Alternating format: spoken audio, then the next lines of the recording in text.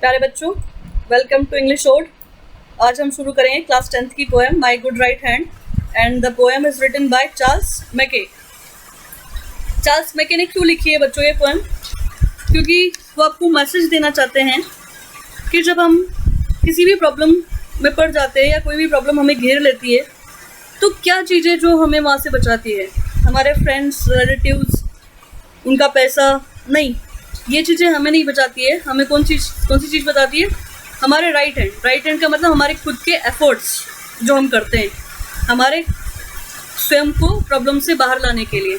और जब हम हमारी खुद की हेल्प करते हैं, हम खुद प्रयास करते हैं, तभी जाकर ईश्वर, अल्लाह, भगवान, जो भी शक्ति है, जो भी पावर है, वो हमारी हेल्प करती है ताकि हम उन दुखों, उन तकलीफ़ों से बाहर आ सकें। और आप लोगों ने तो सुना भी होगा कि भगवान, ईश्वर, अल्लाह उनकी हेल्प करते हैं जो अपनी हेल्प खुद करते हैं।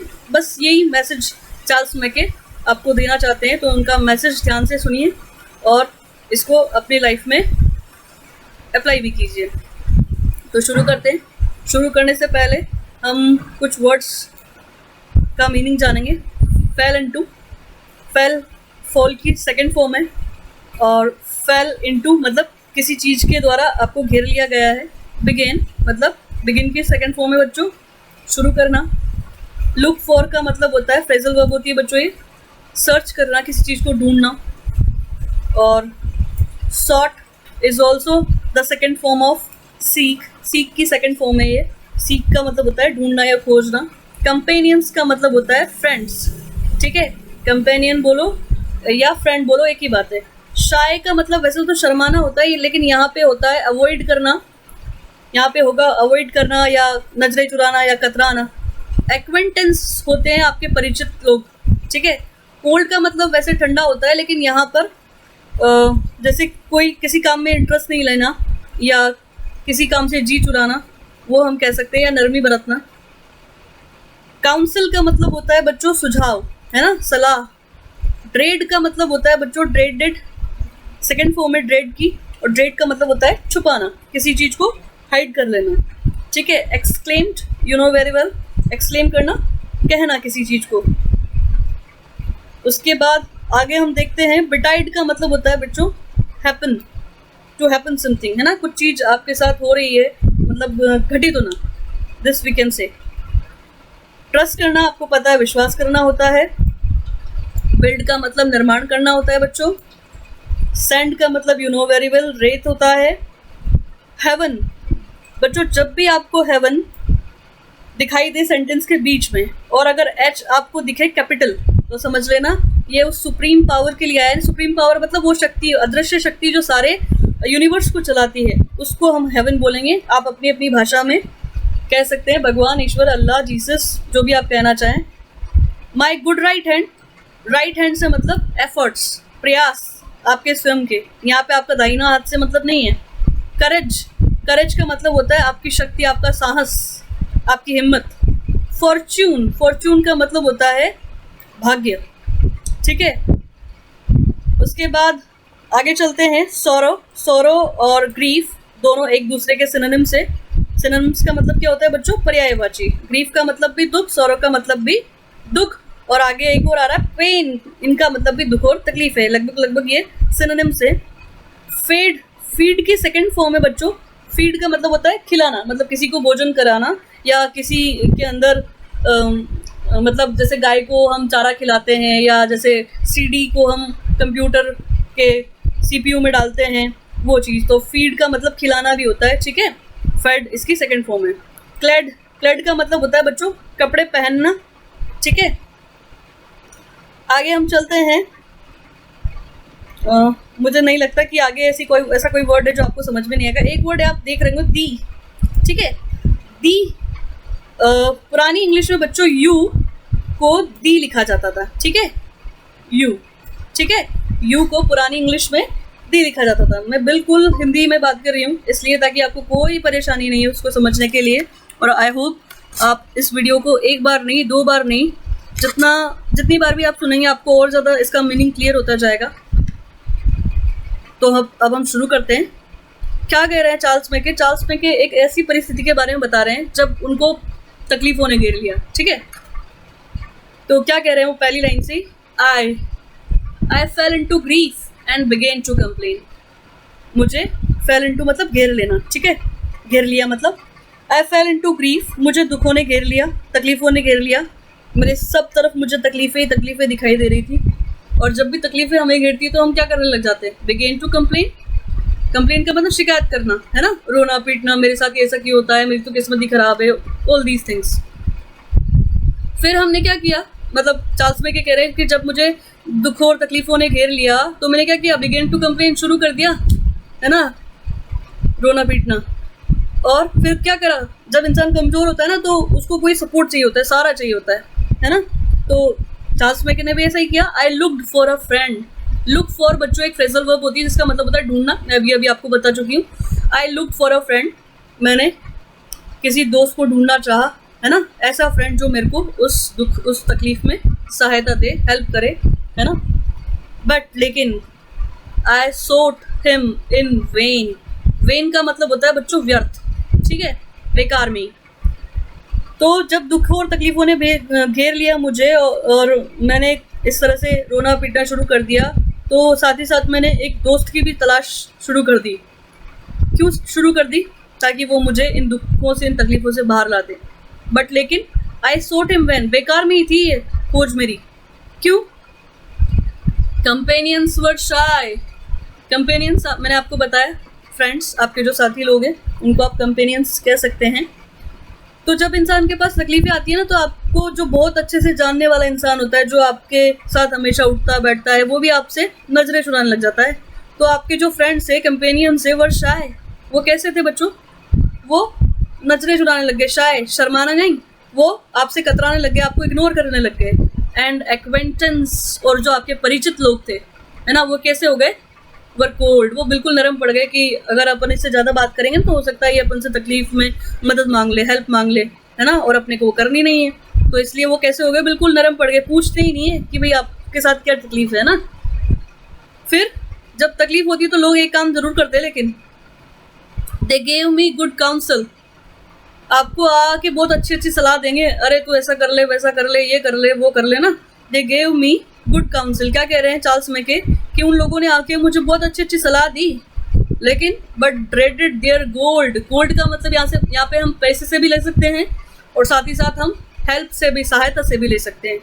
बट उन्होंने मुझे अच्छी अच्छी सलाह तो दी, बट ड्रेडेड, लेकिन छिपा लिया। क्या छिपा लिया, देयर गोल्ड, अपने पैसे को छुपा लिया, यानी कि उन्होंने अपनी हेल्प करने की जो फीलिंग्स थी उनको छुपा दिया अपने दिल में कि नहीं, अपने को करनी ही नहीं है ना। अपने पैसे को छुपा लिया कि कहीं ये पैसा मांग ले तो फिर अपन कैसे देंगे इसको पैसे।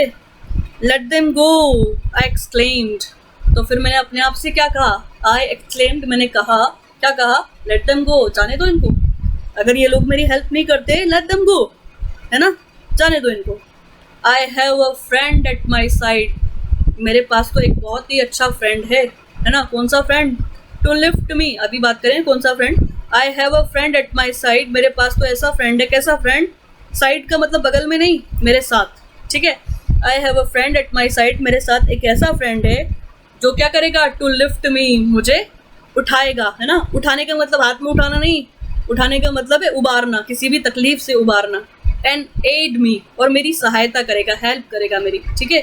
ऐसा फ्रेंड मेरे साथ है। कौन सा फ्रेंड, अभी तो और आगे उस फ्रेंड के बारे में बताया। क्या बताया, कि मेरे पास एक ऐसा फ्रेंड है जो मुझे उबारेगा और मेरी सहायता करेगा। कब, व्हाटएवर बिटाइड, चाहे मेरे साथ कुछ भी हो जाए, कैसी भी बुरी परिस्थिति आ जाए, लेकिन एक ऐसा फ्रेंड मेरे साथ है जो मुझे उबारेगा उस तकलीफ से और मेरी सहायता करेगा। अभी और आगे क्या कह रहे हैं Charles Mackay, to trust to the world, लोगों का विश्वास करना। यहाँ पे वर्ल्ड का मतलब संसार नहीं, संसार के लोग, संसार के लोगों का विश्वास करना, जाने पहचाने हमारे जो आपस में जो फ्रेंड्स और रिश्तेदार होते हैं उनका विश्वास करना। इस वो कैसा है बच्चों, is to build on the sand. जैसे रेत पर टिकी हुई कोई इमारत, कोई कंस्ट्रक्शन, कोई निर्माण टिकता नहीं ना, तो बिल्कुल वैसा ही है संसार के लोगों पर विश्वास करना। कैसा है, रेत पर घर बनाना या रेत पर कोई निर्माण कार्य करना। क्योंकि अगर रेत पे आप कोई चीज़ बनाओगे तो वो टिकती थोड़ी है, वो तो टूट जाती है या बिखर जाती है या वापस रेत में ही मिल जाती है। आई ट्रस्ट, तो वो क्या कहते हैं कि मैं ट्रस्ट तो करूँगा, है ना, लेकिन इन लोगों पर नहीं, संसार के इन झूठे लोगों पर नहीं जो सिर्फ मुझे अच्छी अच्छी सलाह देकर चले जाते हैं, है ना, और जो सहायता के नाम पर अपना सारा सपोर्ट बचा कर रखते हैं कि हमें इसका सपोर्ट नहीं करना पड़े इसकी प्रॉब्लम में। तो मैं विश्वास करूंगा, आई विल ट्रस्ट, लेकिन किस पर? बट इन हेवन, लेकिन सिर्फ उस शक्तिमान पर, उस ओमनीपोटेंट पर। ओमनीपोटेंट मतलब भगवान, है ना, ईश्वर अल्लाह। तो मैं विश्वास तो करूंगा, लेकिन किस पर? उस भगवान पर। And my good right hand, और सिर्फ मेरे प्रयासों पर। राइट हैंड का मतलब बच्चों प्रयास, एफर्ट्स, ठीक है। तो यहाँ से यहाँ तक चार्ल्स मैके ये बात कर रहे हैं कि क्या होता है आपके साथ जब आपकी दुख और तकलीफें आपको घेर लेते हैं और आप अक्सर रोना शुरू कर देते हैं, उनका दुख आलापने रख जाते हैं और फिर किसी सपोर्ट के लिए किसी फ्रेंड को ढूंढते हैं, लेकिन अक्सर होता क्या है कि आपकी वो खोज बेकार ही जाती है और जितने भी आपके फ्रेंड्स हैं, जितने भी आपके साथी हैं, वो आपसे कतराने लगते हैं, आपसे नज़रें चुराने लगते हैं। आपके जो परिचित लोग हैं, एक्वेंटेंस है, आपके जो भी जान पहचान वाले लोग हैं, वो सब नरम पड़ जाते हैं उस समय आपकी हेल्प करने के लिए। और वो आपको क्या करेंगे? आपको अच्छी अच्छी सलाह देंगे, काउंसिल करेंगे आपको, है ना। But they did their gold, लेकिन वो अपनी जो सच्ची मदद है उसको वो छुपा कर रखेंगे, बचा कर रखेंगे। और फिर एंड में आपको क्या करना पड़ेगा? आपको खुद ही अपने आप को संभालना पड़ेगा और क्या कहना पड़ेगा? लेट देम गो, जाने दो इनको। I have a friend at my side, मेरे पास तो एक ऐसा फ्रेंड है। कैसा फ्रेंड? माई गुड राइट हैंड, मेरे खुद के अच्छे प्रयास, ऐसा फ्रेंड है। और ये फ्रेंड कैसा है? टू लिफ्ट मी, मुझे उबारने वाला, एंड एड मी, और मेरी सहायता करने वाला। वट एवर बिटाइड, चाहे मेरे साथ कुछ भी घटित हो जाए, चाहे मेरे साथ कोई भी घटना घट जाए, लेकिन मेरे प्रयास ही मुझे इन तकलीफ़ों से, इन दुखों से उबारेंगे और मेरी सहायता करेंगे। To trust to the world, संसार पर भरोसा करना, क्योंकि कैसा है? Is to build on the sand, रेत पर महल बनाने जैसा, या रेत पर किला बनाने जैसा, या रेत पर कोई भी निर्माण कार्य करने जैसा है लोगों पर विश्वास करना। तो मैं विश्वास तो करूंगा, लेकिन किस पर? सिर्फ ईश्वर पर। और किस पर? मेरे खुद के प्रयासों पर।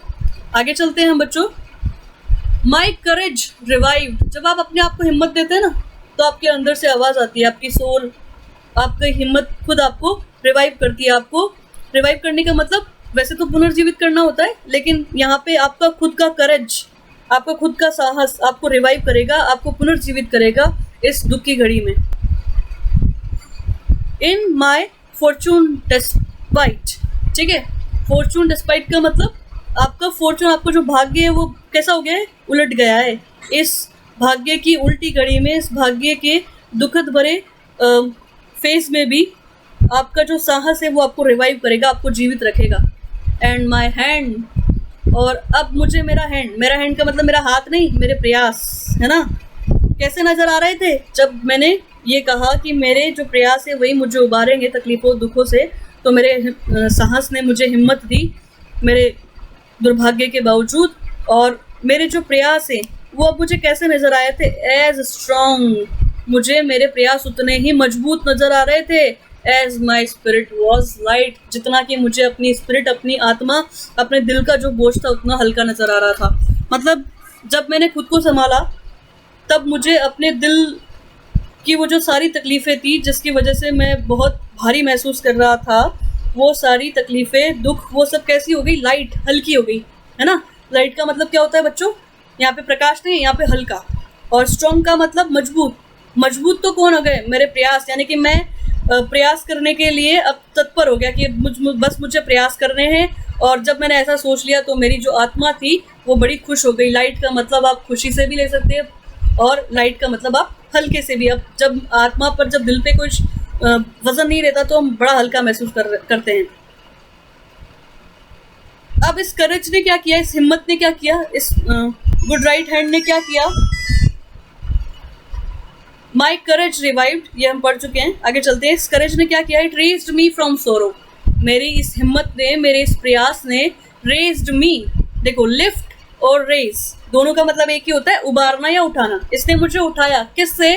फ्रॉम सोरो, तकलीफों से, है ना, दुखों से। And it saved me from pain, pain का मतलब भी दुख। इसने मुझे दुखों से बचाया, दुखों से उबारा। इट फेड मी, मेरी हिम्मत नहीं, मेरे प्रयासों ने ही मुझे खिलाया, यानी कि मुझे पेट भर के खाना दिया, है ना।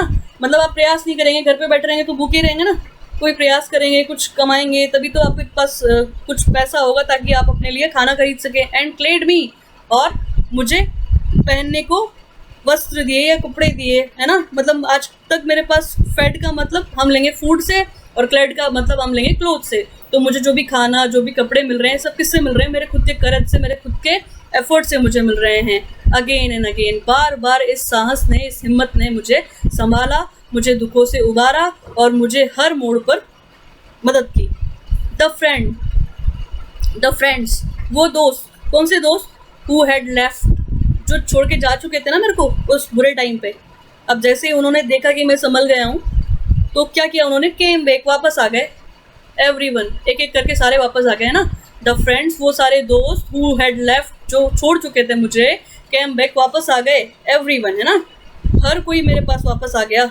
एंड डार्केस्ट एडवाइजर्स, और वो सिर्फ एडवाइजर्स, है ना, सिर्फ सलाह देने वाले, हेल्प करने वाले नहीं। इसीलिए चार्ल्स मैके ने उनको क्या कहा? Darkest adviser. वो लोग सिर्फ जो मुंह से सलाह दे सकते हैं, लेकिन जब हेल्प करने की बात आए तो वो कन्नी काट लेते हैं ना, भाग जाते हैं। तो उन डार्केस्ट एडवाइजर्स के लिए बोल रहे हैं कि वो सारे फ्रेंड्स और जितने भी डार्केस्ट एडवाइजर्स थे वो सब वापस आ गए। और वो कैसे दिख रहे थे? लुक्ड ब्राइट मतलब अब बहुत हंस खुश के मुझसे बात कर रहे थे, है ना। एज द सन, जैसे सूरज चमकता है ना, बिल्कुल खिलखिला के मुझसे बात कर रहे थे। लेकिन अब क्या फ़ायदा, है ना। आई नीड दैम नो मोर, अब तो मुझे उनकी ज़रूरत ही नहीं है। आई नीड दैम नो मोर, अब मुझे उनकी कोई ज़रूरत नहीं है। एज दे ऑल अंडरस्टैंड, और अब तो ये बात वो समझते भी होंगे कि अब क्या ज़रूरत, है ना। इतना अच्छे से बात करने की जब मुझे ज़रूरत थी, तब तो वो लोग सारे चले गए और अब आए हैं मेरे पास अच्छे से बात करने के लिए, है ना। तो अब मुझे उनकी ज़रूरत ही नहीं, और अब तो ये बात उनको अच्छे से समझ में भी आती होगी। और ये सारी बातें वो किससे कह रहे हैं? अपने एफर्ट्स से, अपने प्रयासों से, अपनी हिम्मत से कह रहे हैं। क्या कह रहे हैं? कि आई थैंक दी, मेरी हिम्मत, आई थैंक दी, मैं तुमको थैंक यू बोलता हूँ। आई ट्रस्ट दी, मैं सिर्फ तुम पर विश्वास करता हूँ। माई गुड राइट हैंड, मेरे प्रयासों पर मैं सिर्फ विश्वास करता हूँ। ऐसा वो अपने एफर्ट्स से बात करते हुए बोलते हैं। मतलब अब जब एफर्ट से बात कर रहे हैं, अपनी हिम्मत से बात कर रहे हैं, तो आप सोच रहे होंगे कि एफर्ट से कोई कैसे बात कर सकता है ना, वो तो दिखते ही नहीं है, वो कोई इंसान थोड़ी है। लेकिन बच्चों, पोइट्री में क्या होता है? पोइट कुछ भी कर सकता है ना।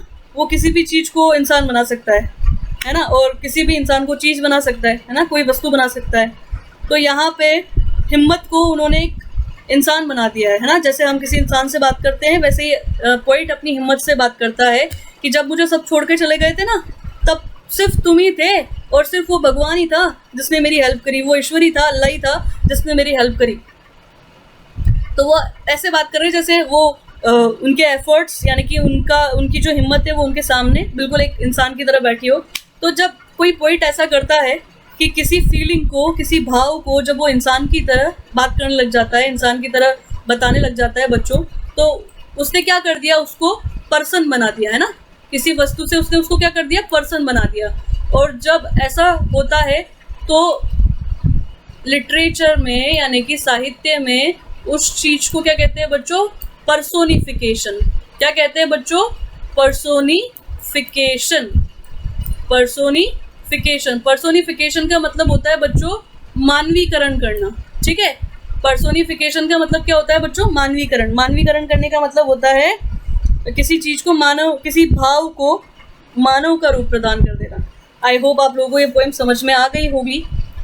Just take this class again and again, बार बार आप इसको पढ़िए। एक बार नहीं समझ में आता है, दोबारा आप इसको सुनिए। Still if you have any problem, अगर फिर भी कोई आपको तकलीफ होती है तो प्लीज़ कमेंट बॉक्स में आप मुझे कमेंट करिए। वीडियो अच्छा लगता है तो लाइक कीजिए, नहीं अच्छा लगता है तो डिसलाइक भी कर सकते हैं, बिल्कुल ठीक है। और आप चाहें तो इसको आगे भी शेयर कर सकते हैं अपने जो फ्रेंड्स है, जो आप ही की क्लास में पढ़ते हैं। और जल्दी ही हम इस पोएम का टेस्ट रखेंगे। अभी तक अगर आपने चैनल को सब्सक्राइब नहीं किया है इंग्लिश शॉर्ट को, तो प्लीज़ सब्सक्राइब कीजिए। हम बाद में मिलेंगे नेक्स्ट वीडियो में, तब तक के लिए बाय।